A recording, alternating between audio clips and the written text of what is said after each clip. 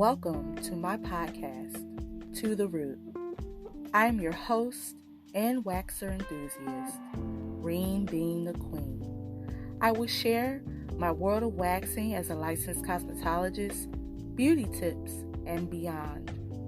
I am super excited to share with you all, and thank you so much for listening.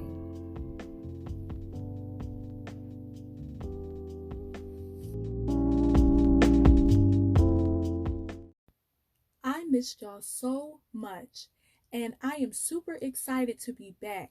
When I tell y'all I am back like I never left, listen. This episode is so important to me because I got the opportunity to do a phone interview with a waxing veteran, 10 plus years in the game. She owns her own body waxing company, skincare products, and listen to this one, her own signature wax. That is a hell of a triple threat, okay? And she is here to show us the way. You can find her on her Instagram page, Kei The Wax Guru. I will make sure I have this information in the show notes. So just sit back and enjoy.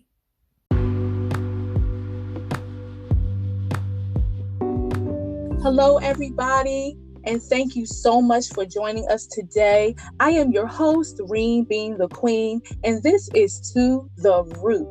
We have an amazing guest joining us today, Kei Curry, aka Kei The Wax Guru. She owns the body waxing company, Pretty Girls Get Waxed. So how are you, Kei? How are you doing today? I'm good. I'm happy to be on here today. I am excited that you are joining us. You are a huge inspiration to estheticians and cosmetologists. So, I love what you're doing, and I am so excited that we get to chat today. Oh, thank you. Yes. So my first question is, what inspired you to start your own body waxing company?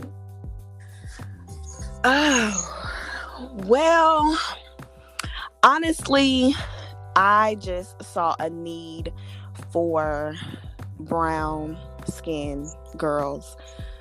I just know that a lot of us grew up shaving and using Nair, and with the melanin that's in our skin, a lot of times we would see certain areas of our body start to get darker. And once I got into aesthetics, I learned the reasoning for that, and just really started learning that shaving was just not the healthiest form for us, nor was Nair, and that waxing was a better alternative. But waxing back then was more of a luxury thing. So I just kind of wanted to bring it more mainstream and introduce it to people just like me. Yeah, I totally understand where you're coming from with that. And I totally agree as well. Mm-hmm. Now, with everything going on, how is your business doing during this pandemic? So, thankfully, my business it's vertical. So, I basically own everything in it, the wax that we use, the products that we use, and just, of course, the business itself. So while it is affecting me, it is affecting employees, I still am able to produce because I sell my product online. So as of right now, there is a difference, but I'm still able to do something and have something generating because I do have the online option. Now, as far as physically waxing, of course, that's taken a hard hit. But I guess it kind of balances itself out. It's a bummer all the way around the board, of course. Yeah, I totally understand. I'm currently unemployed due to this situation, and I have been, just keeping myself busy with my Mm-hmm. podcast and everything. And that's why I'm super grateful that I'm able to collaborate with other people in the industry, and just kind of grow my listeners and my followers. But Yeah. I just wanted to, because I know this is an important question, Mm-hmm. and I know everybody wants to know this, but what steps did you take to create your own signature wax? Okay, so in creating the wax or creating any product for that matter, you have to really know what you want. You have to know exactly what you want the product to do. And once you figure that out, then that's when you can begin the process, because you just shouldn't go into it like, oh, I want to create a lipstick. You really need to know, like, what do you want this lipstick to do? Do you prefer it to be matte? Do you prefer it to be shiny? Do you want it to last all day? Like, you really need to know the details of your product. And with me, I'm not sure if a lot of people know this, but I worked for one of the biggest waxing chains in America. And I knew when I was getting ready to leave that if I didn't have a wax that was comparable or better, that it probably wouldn't work for me. So it was really, really important for me to have my own wax and to have a wax that would some kind of way make the process less painful. Waxing in itself it's an uncomfortable thing, but it does not have to be torture. It doesn't have to be something that people try one time and they never want to try again. And that's what I was getting from people. So I wanted to make sure that my wax was one that wasn't leaving such a sting at the end, and that just made the process more comfortable with people. So once I knew that I wanted that, that's what I focused on. So when I started speaking with different chemists, I just let them know, like, this is what I wanted to do. And we probably went through like 5 or 6 different samples before I was satisfied with the wax. But that was all within like a 9-month span of time. So it takes time. Do your research. I say just research it inside and out, and just stand firm in what you want, because whatever it is that you want, it can be created. You just need to know exactly what it is. That is very potent information, and I think it's amazing, that you created your own wax, and it's like you said, it's sustaining your business, because regardless if you're not waxing, you're able to sell your wax online, which is awesome. Yes. For people that do it at home or mobile waxing. So yes. I tell awesome. People all the time that may ask for advice, have something your clients can take home. If you provide a service, don't just let that be the end of it. Have something that they can purchase, something that they can take home, something that's going to remind them of your business while they're not there. Just making the most of your time with your client. If you're with a client for 30 minutes, you need to be maximizing all of that time. So always having something they can walk out of the door with. I totally agree. I definitely agree. And with that being said, what has been the pros and the cons of operating your company? Oh, girl, I don't know if we have enough time for all of that. So, like many, I am we're like first generation business owners, and we don't have a blueprint to go by. So we're just kind of winging it by the day, learning by the day. So I am, a lot of trial and error goes into my business. At this point, it's different when you are managing yourself and you're your own employee. And then when you take it a step further and then you have employees, it's totally different. It's almost like having children, because now you have to account for other people's mistakes, other people's shortcomings, their time, punctuality, customer service. So you kind of take on that many different people. So probably the most challenging thing for me right now is learning how to be a good boss. Like I said, you can boss yourself around and it's you, but learning how to actually lead by example, just not expecting people to do more than what you would do. So that's kind of where I am right now, just really, really trying to make sure that I'm leading by example, and the women that I'm employing, make sure that they understand that the possibilities for them are endless as well. So probably that, dealing with customers, that is what it is. Just dealing with people, you have to be able to deal with people. So that doesn't bother me, because I lead by I treat people how I want to be treated. I just feel like if you do that in whatever you do, then your outcome is always gonna, it'll come out good. It'll come back around to you. So just doing what you would want people to do to you, treating people exactly how you would want to be treated. Okay, and that's definitely a rule of thumb, because customer service, people are going to be people, right.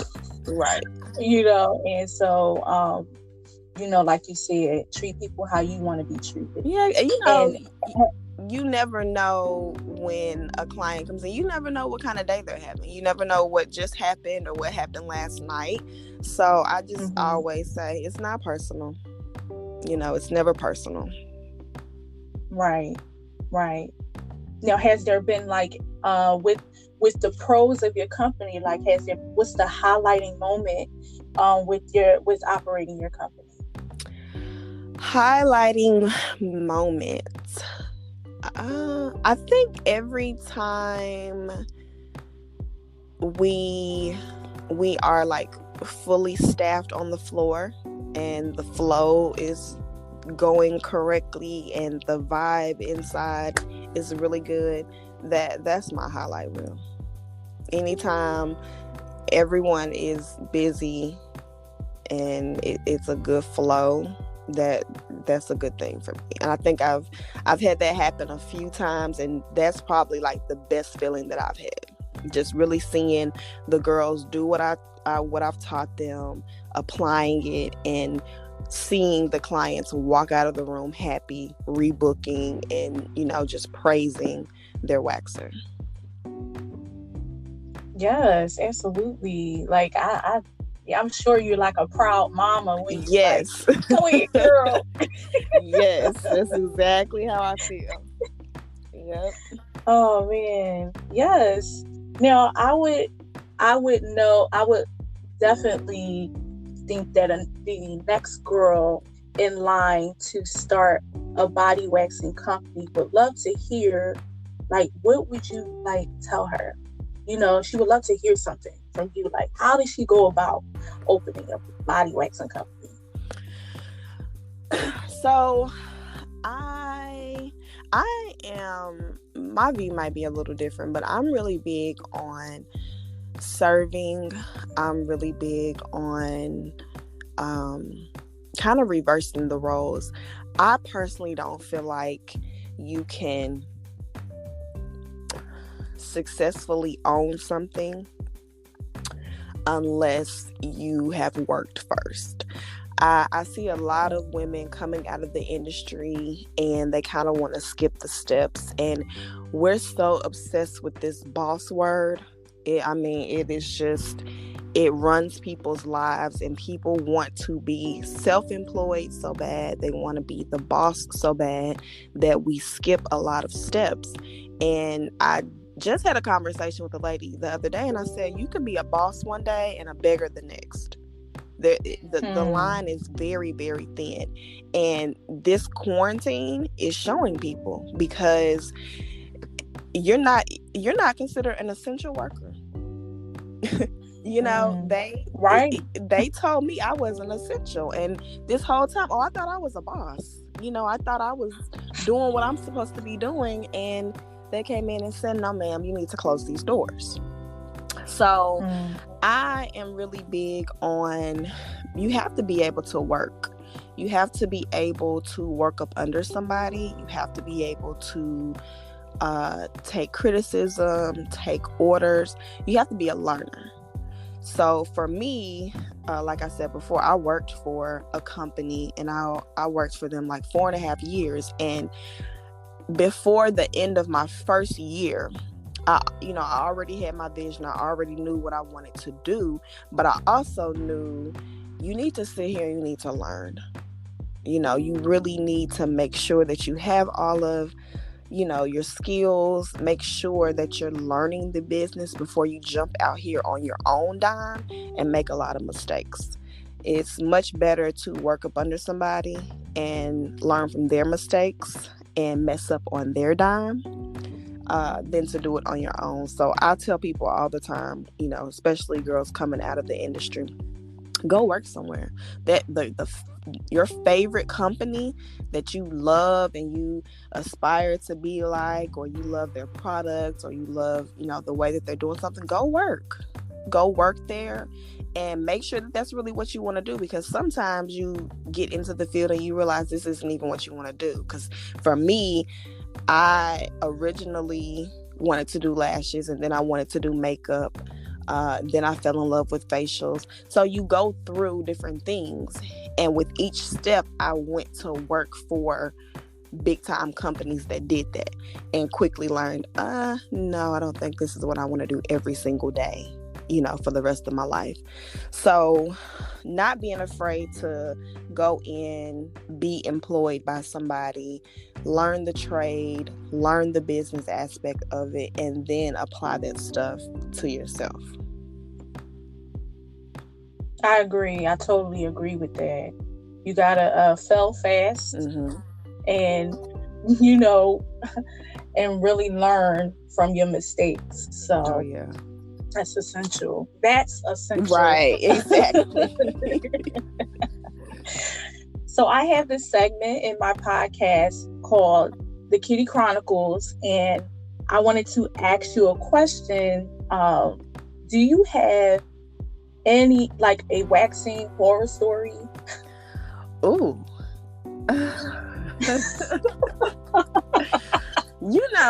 The worst thing that has ever happened to me,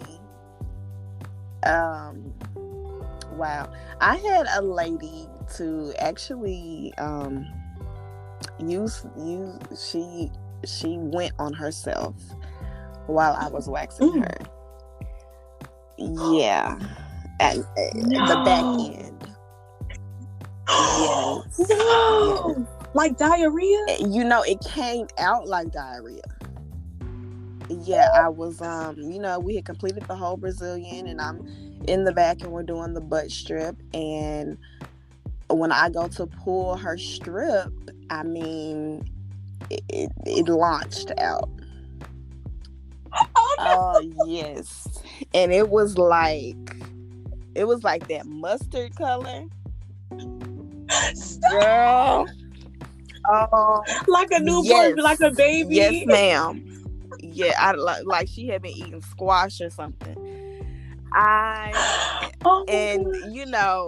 still trying to be professional and keep my cool, and it's almost like she didn't even realize that it happened.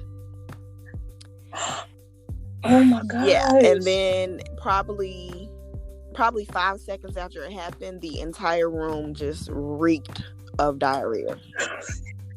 And that's what woke her up, and she was like the look on her face was just mortifying. And I was like, I cannot make this any worse for her. Like, let me act like this happens all the time. And yeah, I just, I took the bed paper and kind of rolled it up and kind of wiped her a little bit and gave her some wipes, and and she was just, face was just red, and she was just, I'm so sorry. And I was like, oh no, it's fine, whatever. But in the end, like, I was about to throw up. And I never saw that lady again.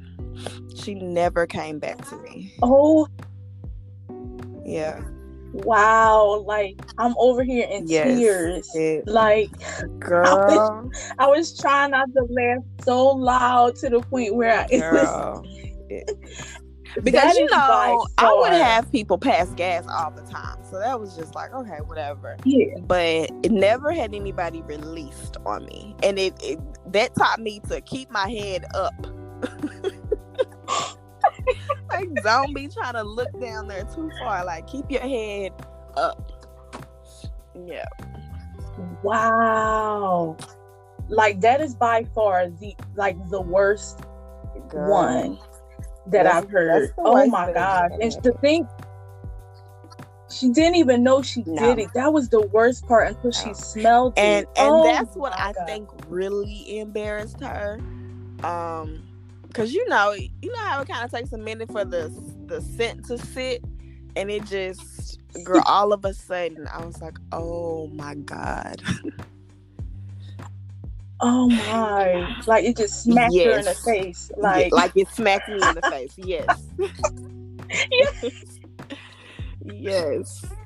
Ooh, yes. Lord. So when I deal with clients, I'm like, listen, there's nothing I haven't seen. There's nothing that you can do that's, that can surprise me. Like, you're in good hands. Trust me.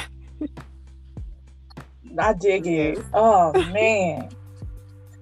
Well, this part of the episode, well, I would say interview, we're going to play Would You Rather. Okay? Okay. So I'm going to ask you 4 questions, and you have to answer them either or. It can't be like, well, it depends. Oh, you know what I mean? So it's kind of like straight answer. Okay? You ready? Okay. Would you rather get your eyebrow waxed off accidentally or grow a mustache? Grow a mustache. All right. Number 2. Would you rather wax a man's full package or wax his full butt? Butt. Okay. Number 3. Would you rather have to, if you couldn't get waxed for 6 months, would you rather wait and grow your hair out or use a straight razor to shave it off right away? I actually did that. I'll grow it out. I'm not shaving. Okay. All right, last question. Would you rather wax Michelle Obama or Beyonce? Oh! Oh, man. Girl. I knew that was going to be a hard one. You know what? Ooh, wee. I'm going to have to go with B. I'm going to have to go with B. Okay. I'm going to go with B. Okay. Because she going to talk to me. Not first lady, though. No, I'm just You going to have to talk to me, Jen. No, I dig it. Yeah.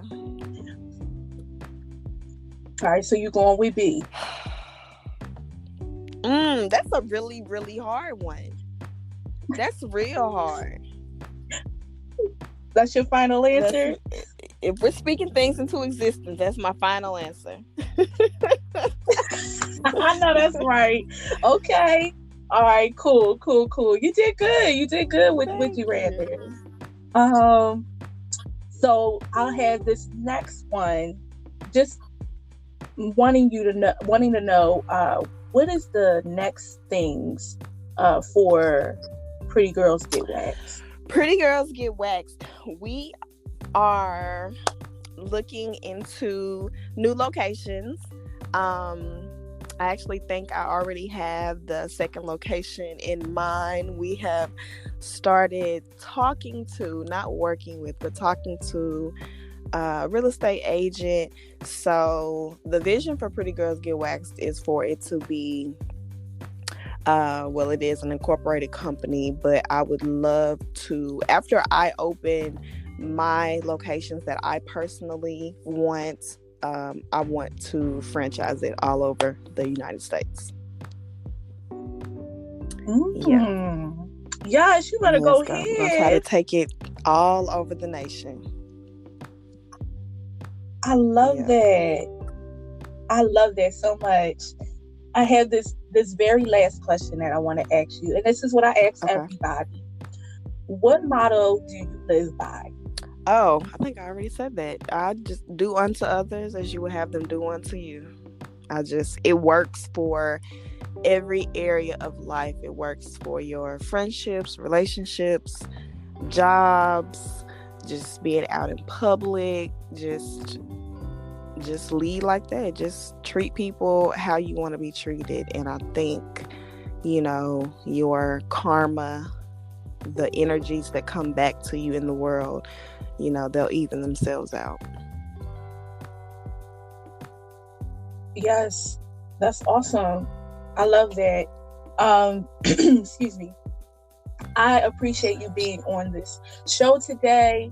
I, pray that much, blessings and prosperity to your business, to your family, to your employees. I really hope that you prosper. Like Pretty Girls Get Waxed. We speaking it into existence. It's going to be worldwide. Thank you. I received that and I send that right back to you. Yes. Thank you. Well, that's it, guys. You heard it first. Kei the Wax Guru. She is in the building, and we are signing off. Thank you so much. I am your host, Reem being the Queen. Bye.